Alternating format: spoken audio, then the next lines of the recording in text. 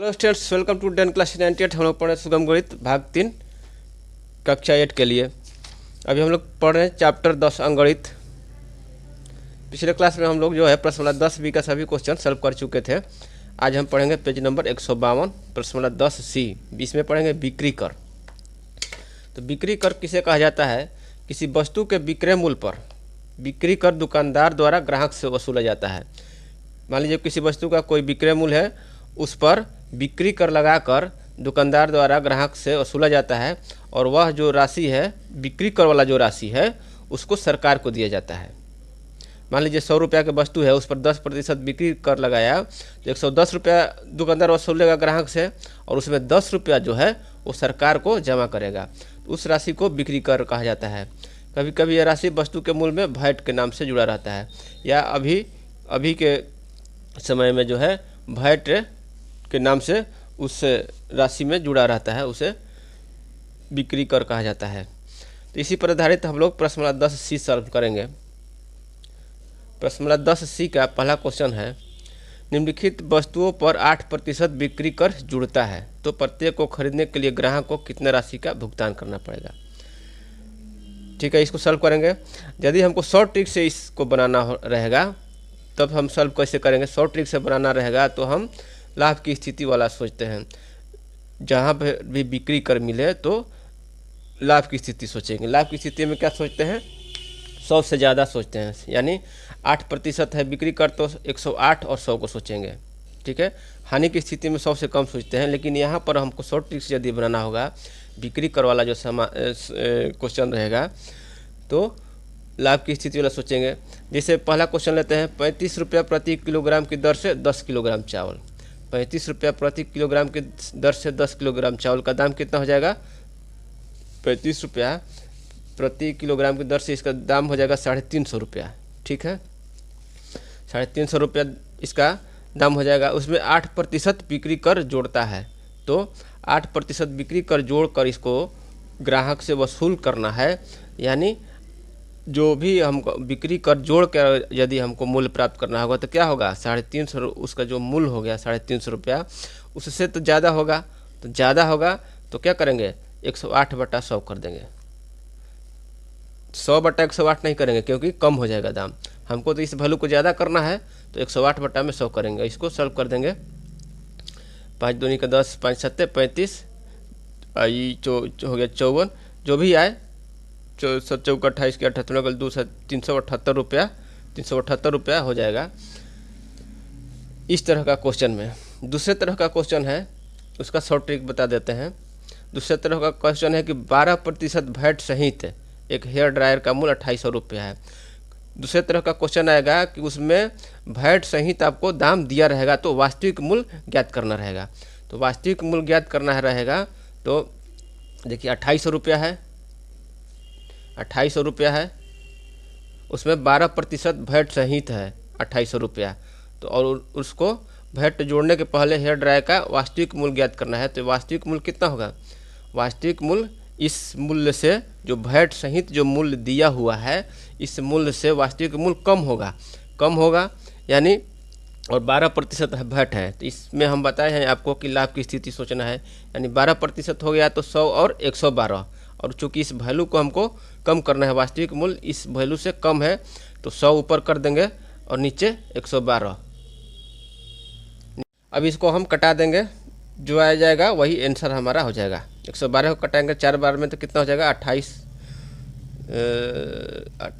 4 से कटाएंगे तो 28 हो जाएगा, और इसको कटाएंगे 4 से तो ये हो जाएगा 700। ठीक है, फिर इसको कटा देंगे 7 चौका 28 तो हो जाएगा 100, 2500 इसका वास्तविक मूल्य हो जाएगा। तो इस तरह से हम लोग शॉर्ट ट्रिक से बना सकते हैं। लेकिन यदि हमको मान लीजिए 8वां क्लास के एग्जाम में आया है तो अब हम कैसे बनाएंगे, उसके लिए हम बता रहे हैं। प्रश्न वाला 10C का पहला क्वेश्चन है आपका, ये है पहला क्वेश्चन। आपको बिक्री कर के बारे में हम बता चुके हैं, बिक्री कर किसे कहते हैं। और प्रश्न वाला 10C का पहला क्वेश्चन, निम्नलिखित वस्तुओं पर 8% बिक्री कर जुड़ता है तो प्रत्येक खरीदने के लिए ग्राहक को कितनी राशि का भुगतान करना पड़ेगा। पहला का ए है ₹35 प्रति किलोग्राम की दर से 10 किलोग्राम चावल। तो इसमें चावल का वास्तविक मूल्य कितना हो जाएगा? 35 गुना 10, ₹35 का 1 केजी है, तो 10 किलोग्राम का चावल कितना हो जाएगा? 35 गुना 10 ₹350 है। ₹350 इसका चावल का वास्तविक मूल्य हो जाएगा। उस पर 8% बिक्री कर लगा हुआ है, जो कि दुकानदार वसूल कर सरकार को देगा। तो 8% बिक्री कर का मतलब हुआ कि ₹100 की वस्तु के लिए कर देना है ₹8, इसलिए ₹1 की वस्तु के लिए कर देना है 8/100। इसलिए कितना है? ₹350 की जो वस्तु है, ₹350 की वस्तु के लिए कर देना है 8/100, 8/100 गुना में 350 कर देंगे, तो ये कट जाएगा।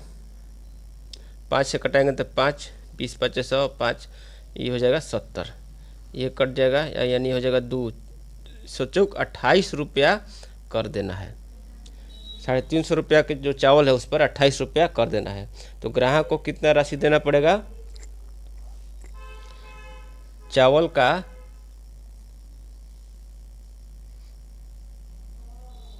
चावल खरीदने के लिए कुल देय राशि कितना हो जाएगा? वास्तविक मूल्य प्लस वास्तविक मूल्य है ₹350 प्लस कर कितना है? ₹28। दोनों को जोड़ देंगे तो ₹378 हमारा आंसर हो जाएगा। और शॉर्ट ट्रिक से भी बनाए थे तो कितना आया था हमको? 378 ही आया था। दूसरा देखते, पहला का ए हो गया, बी देखते हैं। बी नंबर क्वेश्चन है ₹1750 वाला पंखा, इस पर 8% बिक्री कर है।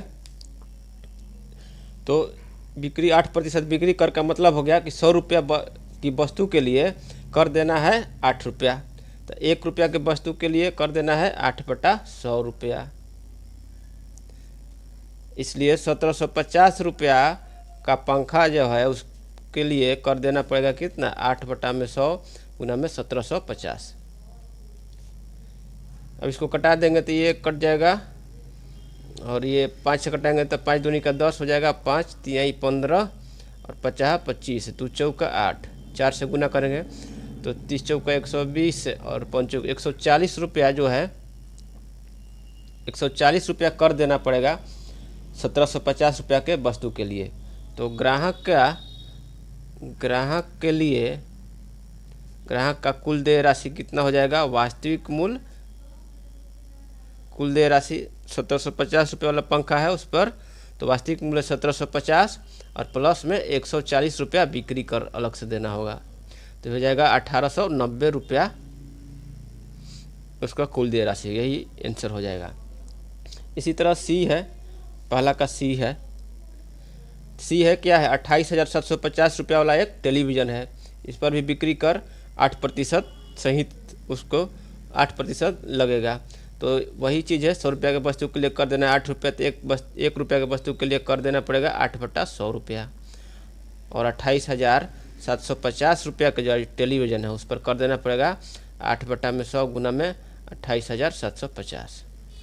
ये कट जाएगा, 5 दूनी का 10, 5 से कटाएंगे इसको तो 5 50 25 3 28, 5 7 35, 50 25, 2 चौका 8 ही कट जाएगा।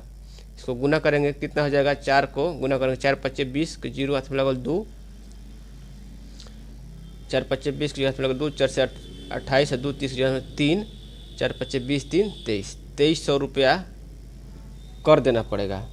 तो कुल ग्राहक के लिए कुल देय राशि खरीदने के लिए टेलीविज़न ग्राहक का कुल देय राशि कितना हो जाएगा? वास्तविक मूल्य 28,750 प्लस बिक्री कर 8% कितना है? 2300।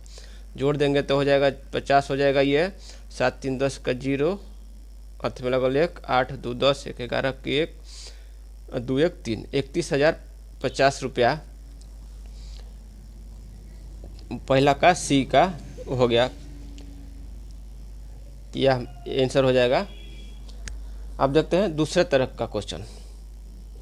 दूसरा तरह का क्वेश्चन जो है हम आपको उसका शॉर्ट ट्रिक बताए हैं। दूसरा तरह का क्वेश्चन के लिए पहले ही बता दिए हैं कि इसका शॉर्ट ट्रिक से बनाना होगा। यदि 2800 वैट सहित 12% वैट सहित एक हेयर ड्रायर का मूल्य 2800 रुपया है, तो वैट जोड़ने के पहले हेयर ड्रायर का मूल्य ज्ञात कीजिए। तो 12% वैट जोड़कर हेयर ड्रायर का मूल्य 2800 रुपये है, तो इसका वास्तविक मूल्य जो है 2800 रुपया से कम होगा। तो शॉर्ट ट्रिक से हम आपको बताए थे कैसे करना है। 2800 है और इसका जो वास्तविक मूल्य कम है तो कम वाला को ऊपर रखेंगे, 100 बटा में 112 कर देंगे, 12% है तो इसको कटा देंगे तो हमारा जो है आंसर प्राप्त हो जाएगा, हेयर ड्रायर का वास्तविक मूल्य प्राप्त हो जाएगा। अब चलिए इसको देखिए कैसे बनाते हैं। 12% वैट सहित का मतलब हुआ कि यदि किसी वस्तु का विक्रय मूल्य 100 रुपया है तो वैट 12 रुपया है, उसमें 12 रुपया लगेगा। यदि किसी वस्तु का विक्रय मूल्य 100 रुपया है तो वैट 12 रुपया है, 12% वैट का मतलब है। अतः वैट सहित जो है वस्तु का मूल्य, वैट सहित ये 12% वैट का मतलब है कि यदि किसी वस्तु का विक्रय मूल्य 100 रुपया है तो वैट 12 रुपया है। तब वैट सहित वस्तु का मूल्य कितना हो जाएगा, 100 प्लस 112, 112 रुपया। यदि 12% वैट है तो उसमें जोड़ेंगे 12% वैट तो 112 रुपया हो जाएगा। अब चूंकि यदि वैट सहित वस्तु का मूल्य 112 रुपया है तो वास्तविक मूल्य कितना है, 100 रुपया है। तो यदि वैट सहित वस्तु का मूल्य यदि 1 रुपया है तो वास्तविक मूल्य 100 बटा में 112 रुपया। इसलिए यदि वैट सहित वस्तु का मूल्य 2800 रुपया है तो इसका वास्तविक मूल्य कितना जाएगा, 100 बटा में 112 गुना में 2800। अब इसको कटा देंगे तो ये आपका हो जाएगा, 4 से कटाएंगे तो ये हो जाएगा 28 और इसको कटाएंगे तो ये हो जाएगा 700। इसको कटा देंगे, 7 से कटा रहे हैं तो 7 चौक 28, ये हो जाएगा 100 हो जाएगा। और इसको कटा देंगे 4 25 चौका 100, यानी 2500 रुपया हो जाएगा। तो लिखेंगे अतः हेयर ड्रायर का वास्तविक मूल्य, हेयर ड्रायर का जो मूल्य है, हेयर ड्रायर का मूल्य निकालना है जो हमको 2500 रुपया, यही हमारा उत्तर हो जाएगा। तीसरा क्वेश्चन भी है, वही इसी पर आधारित है। तीसरा क्वेश्चन है, निम्नलिखित वस्तुओं के मूल्य में 12%, इसमें भी दिया है 12% वैट सम्मिलित है, तो प्रत्येक वस्तु का वास्तविक मूल्य ज्ञात कीजिए। चलिए तीसरा क्वेश्चन देखते हैं। तीसरा का ए है, तीसरा का है 140 रुपया वाला एक सीसी शैम्पू है। यदि शॉर्ट ट्रिक से बनाना हो तो आप बना लीजिएगा, तो हम बता चुके हैं। लेकिन ये है 12% वैट का मतलब है कि यदि किसी वस्तु का विक्रय मूल्य 100 रुपया है तो वैट 12 रुपया उसमें लगेगा। तो वैट सहित वस्तु का मूल्य हो जाएगा 100 प्लस 12 112 रुपया। अब लिखेंगे चूँकि वैट सहित वस्तु का मूल्य 112 रुपया है तो वास्तविक मूल्य है 100 रुपया। इसलिए यदि वैट सहित वस्तु का मूल्य 1 रुपया है तो वास्तविक मूल्य कितना हो जाएगा, 100 बटा में 112। और वैट सहित यदि वस्तु का मूल्य कितना है, 140 रुपया का सीसी शैम्पू 140 रुपया है तो वास्तविक मूल्य हो जाएगा 100 बटा 112 गुना 140। इसको कटाते हैं तो ये 28 बार में कटेगा 4 से, और इसको कटाएंगे तो कितना बार में कटेगा, 4 3 के 12, 4 5 20। फिर इसको 7 से घटाते हैं तो 7 चौक 28, 7 5 35। इसको कटा देते हैं 25, 25 5 125 रुपया, 125 रुपया इसका वास्तविक मूल्य हो जाएगा। तो लिख देंगे सीसी शैम्पू, जो भी है सीसी